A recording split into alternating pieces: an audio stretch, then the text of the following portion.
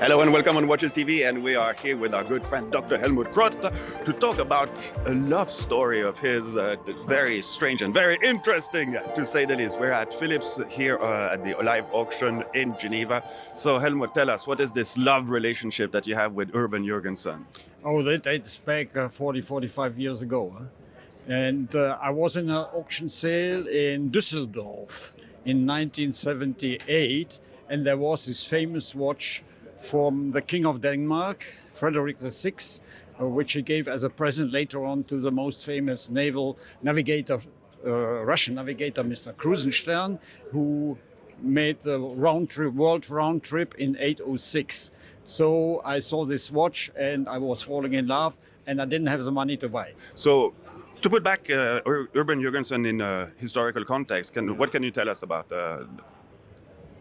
Well, we have premium brands, and when I started in the watch business, auction business, there was Patek Philippe, there was Glashütte, Lange Söhne, there was Vacheron Constantin, and there was Audemars Piguet. That is more or less the top of the line in those days. But there was a little bit special niche brand, which was Jürgensen, you know. So we talk especially about Jules Jürgensen, you know.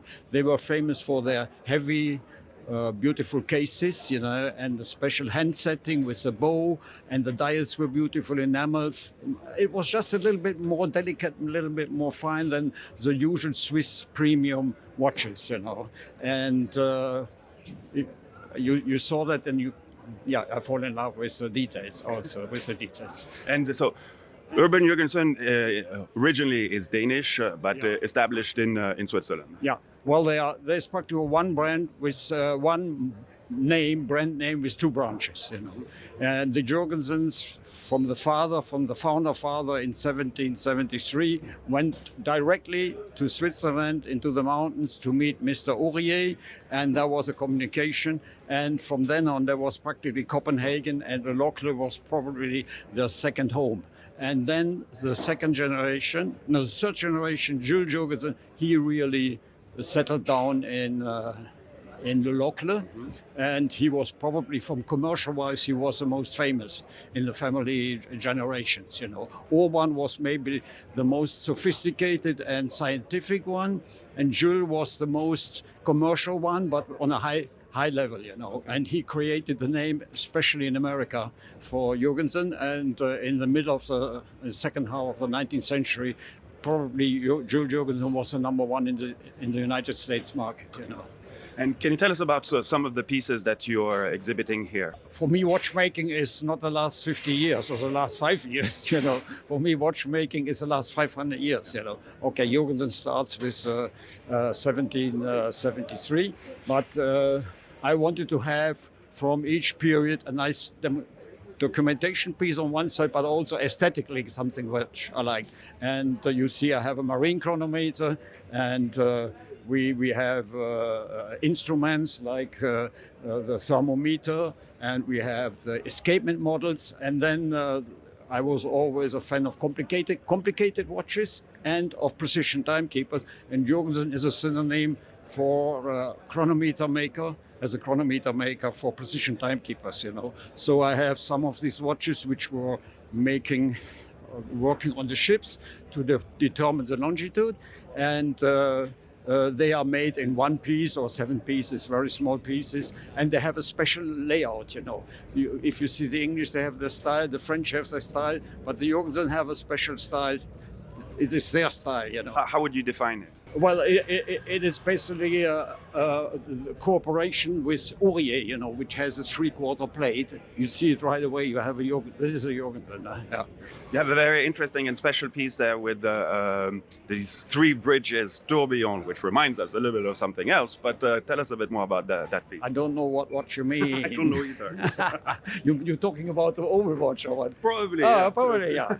No, I fall in love with this watch, and I had 5 minutes to say yes or no. That was in 2003. That was 20 years ago, and I just saw it, and I had the chance to buy it, yes or not, you know. I felt the next day, if I would say I wait, and maybe next day I can say yes or not, it would have been too late.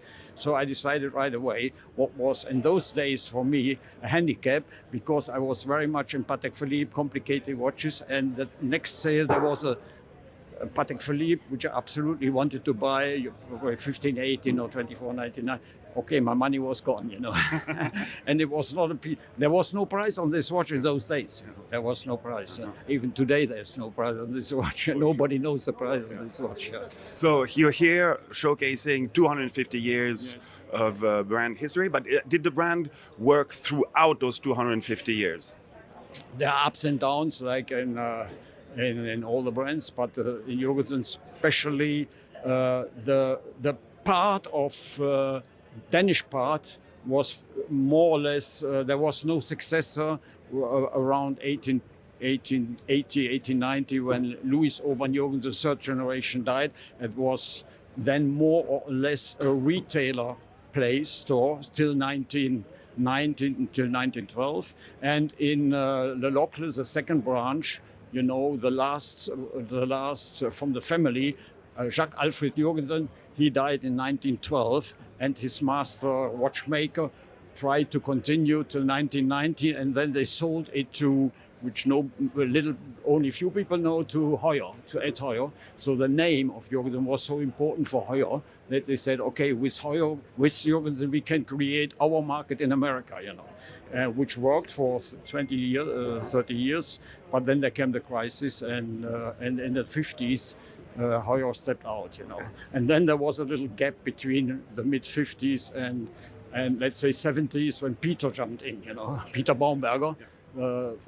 Practically who created the renaissance of Oberdian. But we can say there was not an interruption. Jürgensen in Switzerland and in Denmark always existed, and so it is an uninterrupted history. Okay.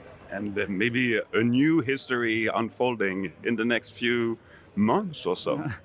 Yes, you are talking about this famous watchmaker. Another famous watchmaker. Yeah, we're pretty all anxious to see what will come out of this. Kari Voutilainen, I think in the meantime, quite a lot of people know that Kari Voutilainen is the new owner of Jürgensen, and it is logic a little bit, because Kari was working for Jürgensen during the time of Peter Baumberger, and when I was responsible for it, it was after Derek Pratt, practically our second magic watchmaker, you know.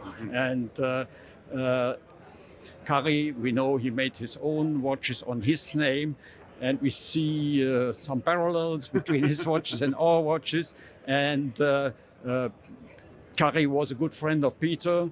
I had a good collaboration. I think it's a very nice thing that comes together now. Absolutely. Absolutely. And so I think we are very curious and to see what's going on. But I'm sure there will be a good new start of Jürgensen. Yeah, we're all looking very much forward. But thank you very much for putting this forward to us and sharing part of your collection. It's really magnificent. My pleasure. Thank you very much. Thank you. Bye, guys.